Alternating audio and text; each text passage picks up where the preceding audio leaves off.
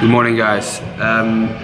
In last video, subscriber asked to do a shoulder video or a delt video or deltoid video, whatever you want to call it. And this one I'm gonna hit today.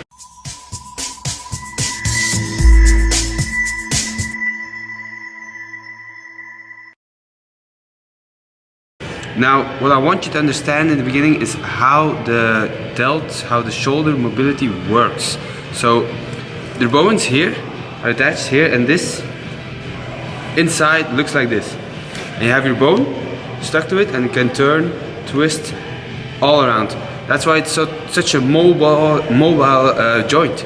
You can go all sides of it instead of just pushing for the chest or just closing together for the chest. You can go wide, front, backwards. You can hit it from all angles, and that's the word I want you to keep in mind, angles. That's what we're going to do today, hitting it from different angles. Because if you look at the muscular development of the deltoid, of the shoulder, you see in this, if it wasn't for the joints, the ligaments and the muscles, we could move all around, all everywhere. Now, most of us are tight and stuck there because of the muscles and the movements we do every day. So if you look at the delt from the side, you have a front delt, a side delt, and a rear delt. It's divided in three parts, three pieces, which you can train differently by the angle you use for the training. Now, the front delt gets a lot of attention in all the pushing movements and chest movements and bench press and the things everybody does anyway. So that mostly won't be the hard part for anyone. It's the rear delt that is lacking with almost everybody. And a good rear delt makes up for a great physique because you look way around the shoulder, because the rear delt pushes the side delt out.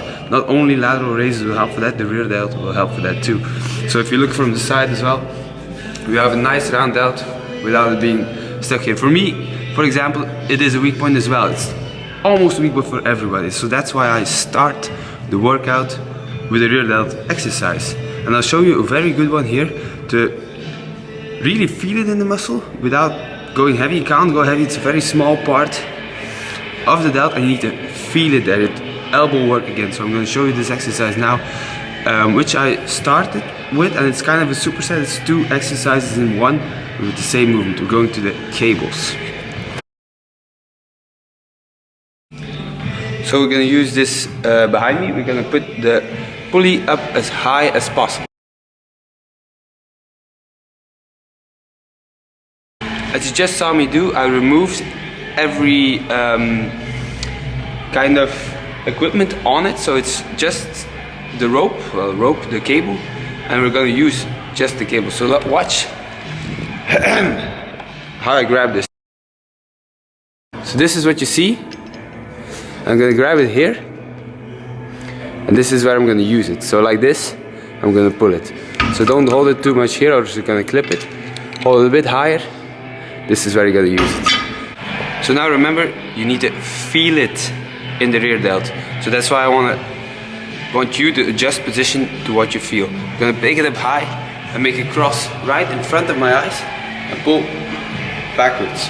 So here, you feel it right there. Go high as if you would do your face pulls, and right after that we go forward, make the cross behind us, so you pull more downwards again with the elbow, so you feel it in the rear delt. So again, focus on that feeling in the rear delt. Every time you make the cross, make sure it's in front of you, wider, maybe go backwards more. We'll make it harder. If you go closer, we'll make it easier. Chest has bench press, legs have squats, back and legs have deadlifts, shoulders have overhead press.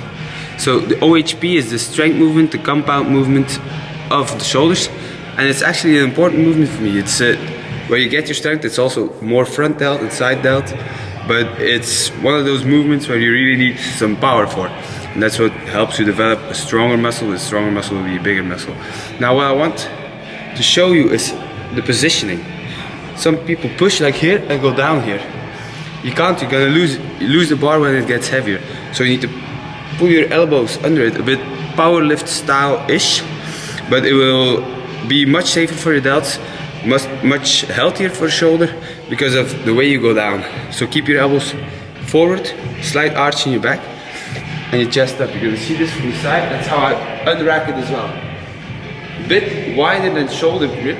So if you push, you don't push here, but you push out so you're straight and make one line. Duck under it and see how far my elbows are forward. Gives me in the rest. This isn't hard. This will be hard. This will make you lose it. So put your elbows in front, push up, and put your head through the window. Go down with your elbows forward.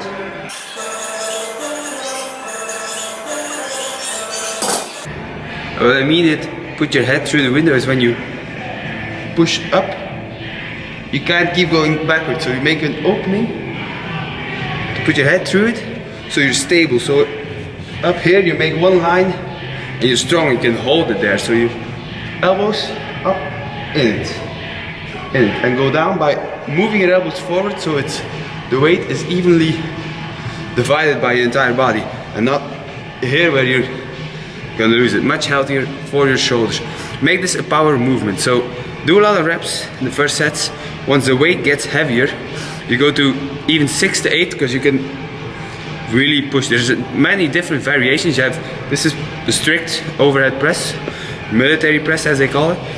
But you can do clean and press, where you come from below, up, and push that. That's more power style as well. If you're comfortable with that, if you practice it a lot, that's a good movement.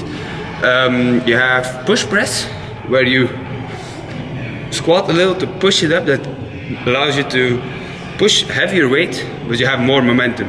Also go slow on the way down, so your delts do get some tension from that. That's more to do a lot of weight than isolate delts. So try this.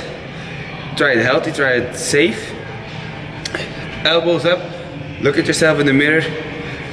Feel it on the front delt. See where the load gets you. Also work with the core. Work with putting your head to the window. Do it a lot, and your shoulder mobility will improve. Because you don't want to be fixed just in one way. Because the shoulder is so mobile. You can use it in so many different ways. That's why you need to hit it from so many different angles. And this is a movement where you change the angle of the work you put on the